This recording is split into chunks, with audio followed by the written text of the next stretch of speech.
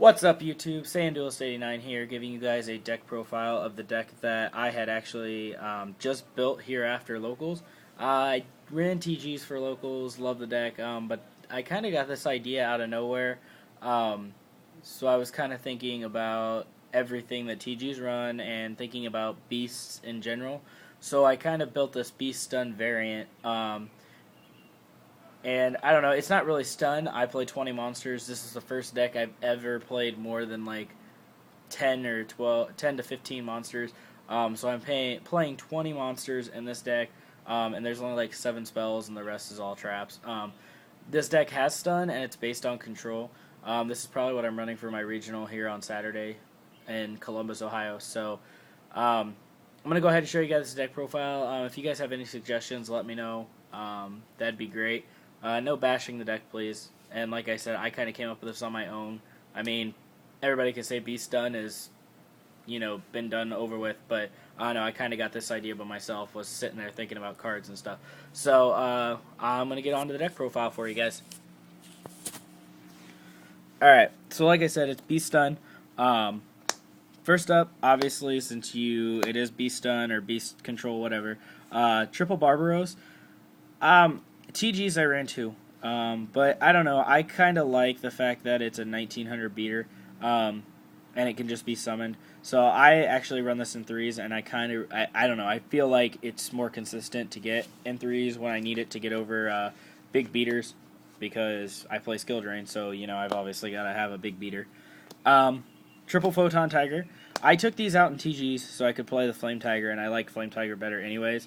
But since this is a beast control, I figured that this card would just be a great addition. For 1 under skill drain, it's 2,000, and for 2, it puts a monster in my hand in case I'm really low on monsters. So this card all around is good. Plus, it's a 3, so I can get to my rank 3s easily as long as having these on the field. And with Horn of the Phantom Beast, he comes up to 2,800 or 2,000. So I mean, very good card all around, and it's a light. Alright, here is the engine that I was thinking of, and I kind of like how it ran. I tested against Lightsworn, Crystal Beast, and Karibo Control, and Macrocosmos. So those 4 decks I tested against, those were all that was at our locals. But these cards seem to just wreck everything. Flamebell Fire Dog is just ridiculous. The reason is because it's a 1900 beater and it's a beast type fire. You don't see that too often, and to see this and to actually show you guys what happens is it actually combos with this card perfectly. Flamebell Fire Dog, for anybody who doesn't know, which if you don't know, then I'm sorry, but it lets you special summon a fire type monster from your deck with 200 or less defense points when it destroys a monster by battle. So, and sends it to the graveyard. And as of right now, there's no missing timing for this card, so it makes it even better. So basically what happens is you destroy a monster, and you can special summon this and attack with an 1800 beater. And then Horn of the Phantom Beast just makes Flamebell Fire Dog even more versatile now, with it being a beast, and it just goes up to 2700 and special summons. So that's basically the engine I was thinking about, and so I threw it in, and I mean, running over things, they're like, oh, well, I have this 1900 defender or 2000 defender, well, I have Horn of the Phantom Beast, so now you lose. Very good card.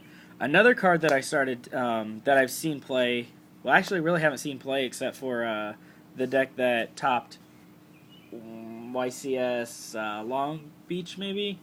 I think it was Long Beach, whatever. Whatever YCS, this card was being played. Not a bad card. Under skill drain, he's just 1900, but when you don't have skill drain out, he's 1900. Whenever he destroys a monster, he gains 300 attack. So he goes up to 2200 after he destroys a monster. And with Horn, he goes up to 27, and then just keeps going up after that. So, plus he's a dark, which is awesome. I needed a dark beast type to put in the deck, and I couldn't really figure out who to put in. And then I figured it out that 8 fighter was my Dark Beast. So, like I said, Horn of the Phantom Beast target. Amazing. Next is just the basic stun part of it. Double Effect Veiler. I would run 3, but I don't have 3. And 2 seems to be working just fine. With Prio gone, this card, skyrocketed, and it's amazing. Next up, 2 Thunder King Ryos. I don't have room for 3, and I like 2 anyways because my whole deck is based around beasts. So Thunder King actually is a good first turn opener to just stop my opponent from doing whatever they please with synchroing and all that kind of stuff. And then finally, I play 1 BLS.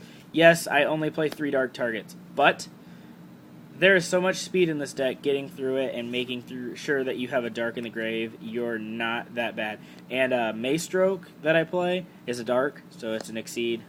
So basically I have enough targets for that. So that's the monster lineup. For the spell lineup, I got 3 Pot of Duality. Obviously, this is your speed of the deck.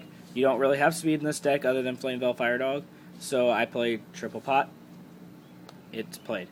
1 Smashing Ground. I don't like stupid things on my field. And I know that we need to one-up everything because of Rescue Rabbit out there, so this just gives me that little push in case I need to do it and get rid of the materials. Dark Hole, your staple. Heavy Storm staple, Reborn staple, and then I only play 1 MST. I hate MST. I'm sorry for whoever disagrees with me, but I don't feel MST needs to be in the main deck. It just, I don't know, I feel like you draw it when you don't need it, or you draw it when you're trying to top deck something like a monster, and you just draw into this, and it's like, really? What am I supposed to do with an MST? But 1 seems to be alright. I need it for if I need to push through. I can always make them, force them to, I don't know, get rid of something. But in the extra deck, you'll see a little bit different. For your trap lineup, this is a big trap lineup, so triple Horn of the Phantom Beast, obviously. It's all beasts except for Thunder King, Veilers, and BLS, so I play triple of those. Double D Prison. For 1, I don't have 3, and 2, I don't like 3.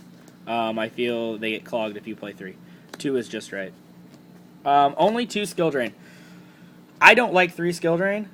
It kind of goes along with the MST. I feel that if you have 2, you draw it just enough, and if you have 3, you draw it way too much, and 1, don't even ask.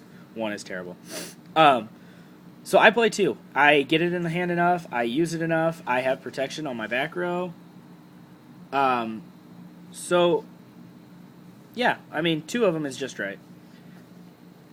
Oops. They weren't sorted out there. Sorry about that. 2 Starlight Road. This deck is trap heavy. And Heavy Storm, Black Rose, Judgment Dragon, Chaos Dragon, whatever the hell things blow up the field. Dark Hole, whatever.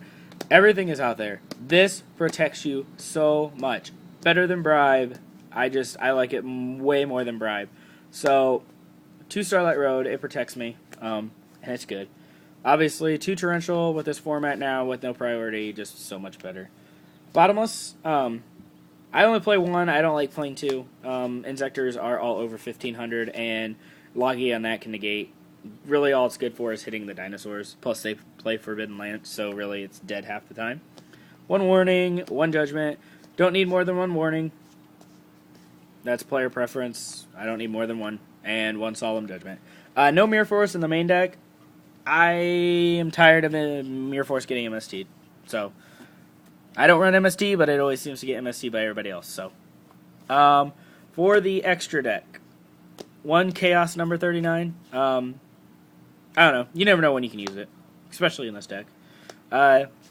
2 Butterflies, whatever the hell her name is. This guy is just ridiculous with this guy, and I'm thinking about putting another one of these in. But defense seems to be the thing of the format for the very first turn. So basically, and then when you put your opponent on a rope because you have a 3,000 beater and you have a 2,700 beater because of Horn of the Phantom Beast, when you throw them on the ropes and start making them set their cards, this guy wrecks your face. He's 2,100, you detach 1, and you flip your opponent's monster face up and it loses 600 attack points, and that's permanent. So 2 of these is just, I feel, mandatory in this deck. 1 Maystroke right now. Like I said, I'm going up to 2. This guy is just unbelievable. I can't imagine playing this deck without him. I've won so many games with him. Being able to just, summon a monster in TT and get rid of my entire opponent's field and then detach one and attack for 18. Or Boogamoon my opponent's monster because he's so good. I mean, like I said, I'm looking to put another one in. So, one Utopia, because that's all I have and that's all I want to run. Acid Golem, Leviair. For one, I don't have Zen mains. I had Zen mains, but I got rid of it. I was tired of seeing its price drop, so I sold it. And plus, it'll probably be reprinted before long. So yeah, I play one Acid Golem and one Leviair. Leviair's good because I play BLS, and Acid Golem's good because I play Skill Drain. End of story. Plus, I don't special summon. And one of this guy, there's his name, something Rhythm, but he's a 1500 attacker. Whenever he attacks a monster, during the damage step, I detach one and his attack is doubled. And that actually goes for either Dijin. As long as he's on the field, I can detach one from him and his attack's doubled. Or the other Dijin's attack is doubled. So essentially, he's 3000, or Maystroke is essentially 3600. So he's good. Plus, he's a level 3, in case I need it. One Stardust right now. I'm actually going to grab another and probably play 2 for Columbus. One Black Rose Dragon, because, you know, whatever. This is coming out for Brionac. I don't have a Brionac right now, so I'm playing Barkion.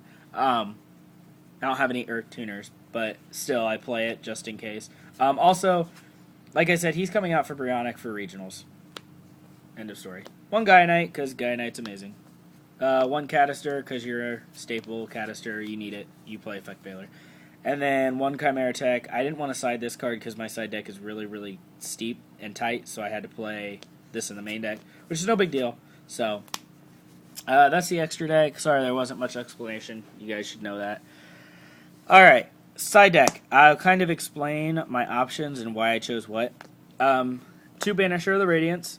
1 Insectors. 2 Dino Rabbit. 3 Heroes. I play almost 15 back row or whatever it is, 14, 15 back row. I can protect him. And it puts my opponent on the ropes because they either have to sacrifice their Hornet, they have to sacrifice their hero, or they have to sacrifice getting rid of their materials to stop his summon. I mean, I don't know. He's just all around good, and I saw him in side decks before, and I actually got a deck that I can use him in. So I side him. 2 Cyber Dragons. Machinas aren't good, but Machinas are still out there, especially with Big Eye now. There are 2 fortresses make Big Eye. So, definitely got to play this guy still. Double Snowman Eater, you know what for, Rescue Rabbit, whatever. Heroes, he's 1900 Defender. And here's one that I'm starting to play now. Usually what happens when I side this in, I side in the Banisher Radiances. Nothing's sent to the graveyard, so this card never leaves, and nothing can be special summoned. I mean, and I don't special summon in this deck except for Flame Tiger and Dog. 2 Shadow Imprisoning Mirrors. Everybody knows what for. Dark Worlds, anything dark. An extra copy of Smashing Ground for the Rabbit matchup and Insector matchup, whatever else kind of a matchup. Now here is a tech choice of my very own. Double Night Beam. Yes, Night Beam only hits face-down cards. Or one set spell or trap card. But nothing can be chained to it. As of right now, I like siding into 2 of these. It's ridiculous. Today at Locals, they were hitting face-downs all day long. And it was just ridiculous. That's why I like Night Beam, period. And, of course, I am playing Stun, and I am playing Beast, and I am playing Barbaros. So, when I go up against Insectors or anything stupid like that, I play this card. But yeah, Forbidden Chalice just gives you that little extra push. So that's why I play it. Other than that, that's the deck profile, guys. Like I said, this was kind of my own original idea. Yeah, there's beast decks everywhere, but I feel that this one is completely different than everybody else's. The side deck is completely different. The spell lineup's completely different. Extra deck's different. So let me know what you guys think. No bashing the deck, no bashing whatever. But yeah, peace out, guys.